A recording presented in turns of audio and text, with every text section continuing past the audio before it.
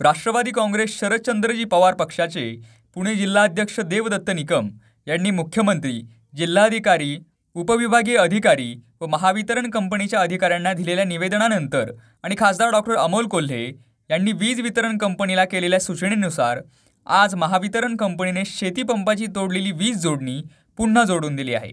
त्यामुळे काठापूर, बुद्रुक तालुका आंबेगाव, जिल्हा पुणे येथील शेतकऱ्यांनी समाधान व्यक्त केले असून देवदत्त निकम व खासदार डॉक्टर अमोल कोल्हे यांचे आभार मानले आहेत।